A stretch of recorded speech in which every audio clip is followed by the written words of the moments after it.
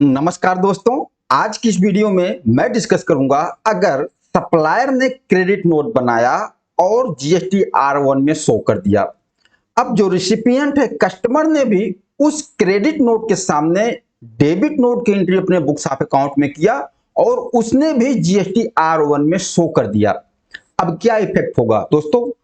हमने debit note credit note पे एक वीडियो बनाया था, उसमें हमारे कुछ व्यूअर को कंफ्यूजन हुआ और इस टॉपिक पर इस पॉइंट उन्होंने सवाल किया कि अगर कस्टमर भी डेबिट नोट बना के जीएसटी R1 में शो कर देता है तो क्या होगा, क्या इफेक्ट होगा। तो उस पर्पज से हमने यह वीडियो बनाया। तो आइए इस चीज को हम एक एग्जांपल से पूरा मैटर समझते हैं क्या होगा। जैसे यहां पर सप्लायर है, यहां पर रिसिपिएंट है। सप्लायर ने सेल्स किया 5 लाख का, उस पर 90,000 जीएसटी लगा के 5,90,000 का, ये सप्लायर का सेल्स हो गया। ओके, अब ये सेल्स रिसिपिएंट के लिए परचेज हो गई। रिसिपिएंट ने अपने बुक्स ऑफ अकाउंट में परचेज की एंट्री किया। परचेज वैल्यू 5 लाख, उस पर 90,000 रिसिपिएंट का आईटीसी हो गया।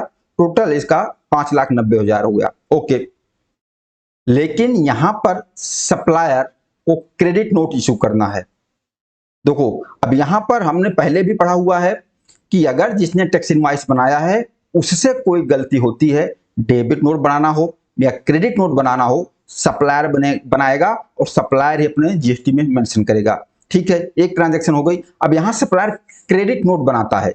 मान लीजिए कि 2 लाख का क्रेडिट नोट बनाया सप्लायर ने।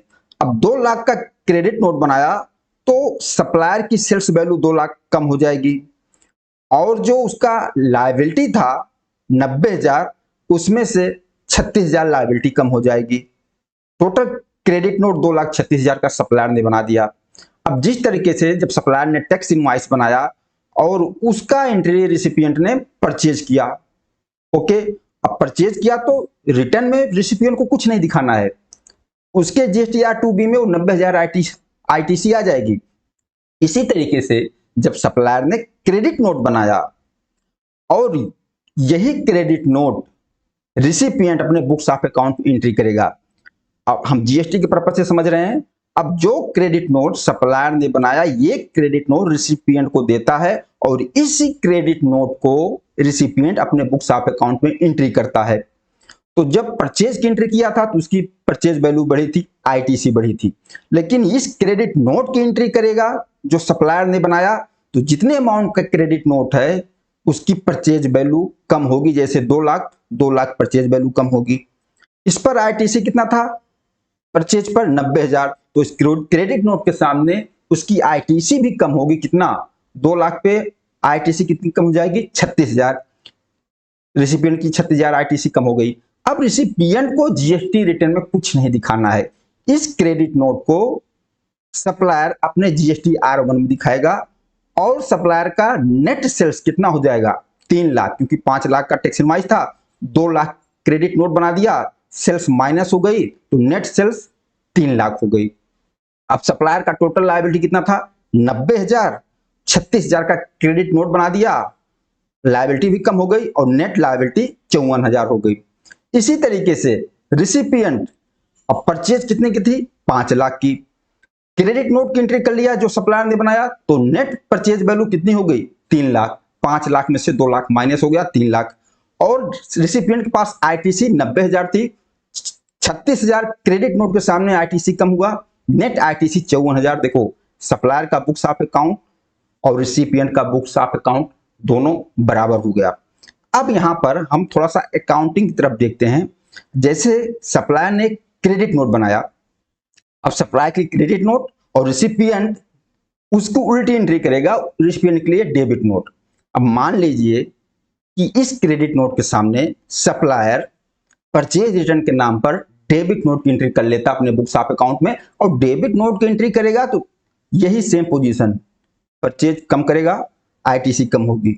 लेकिन इस डेबिट नोट को वह जीएसटी रिटर्न में नहीं शो करेगा, क्योंकि जीएसटी रिटर्न का इफेक्ट हमने अभी देख लिया कि जिसने टैक्स इनवॉइस बनाया था उसने क्रेडिट नोट शो किया, जीएसटी R1 दिखाया, उसकी लायबिलिटी कम हुई, रिसिपिएंट की आईटीसी कम हुई।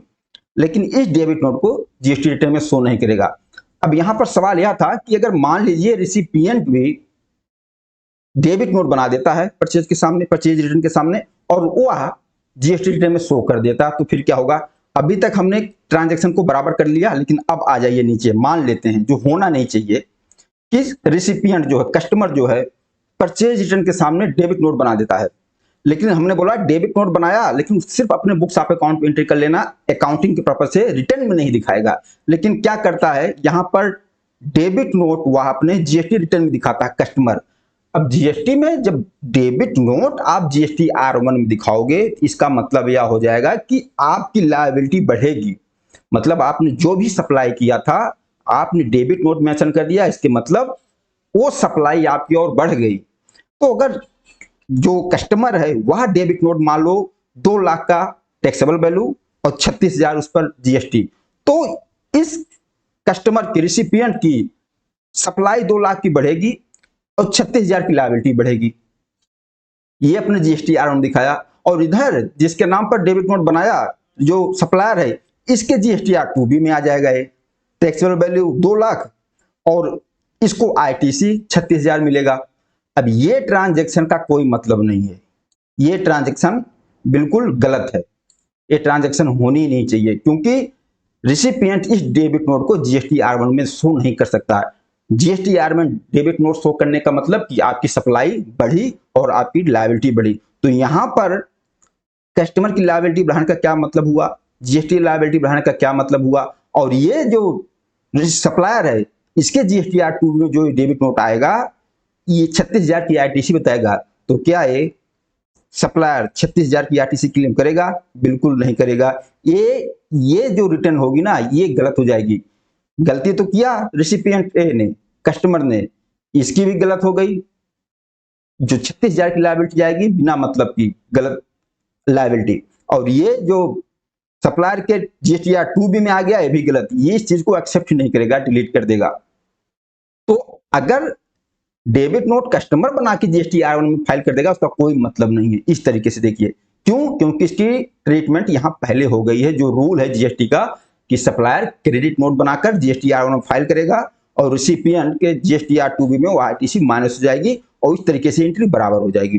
तो मुझे उम्मीद है जो यह कंफ्यूजन था क्लियर हो गया होगा। जो मैंने नीचे रेड कर रखा है इसकी जरूरत नहीं है, क्यों? Debit note credit note supplier ही बनाएगा, जीएसटी R1 में वही मेंशन करेगा। बाकी आप लोग बताना यह वीडियो आप लोगों को कैसा लगा। देखिए, आप जब प्रैक्टिकल में काम करोगे ना, जीएसटी रिटर्न फाइल करोगे, उसमें debit note credit note mention करोगे ना, तो ये चीजें बहुत ज्यादा क्लियर हो जाएगी, एकदम क्लियर हो जाएगा। अभी जिन्होंने प्रैक्टिकल में नहीं काम किया है, अकाउंटिंग पर्पज से ये डेबिट नोट क्रेडिट नोट को समझ रहे हैं, तो उनको कंफ्यूजन हो सकता है। लेकिन जब प्रैक्टिकल में आप काम करोगे, रिटर्न फाइल करोगे, फिर आपको यह इफेक्ट बिल्कुल क्लियर दिखेगा। आप लोग बताना यह वीडियो आप लोगों को कैसा लगा। नमस्कार, धन्यवाद।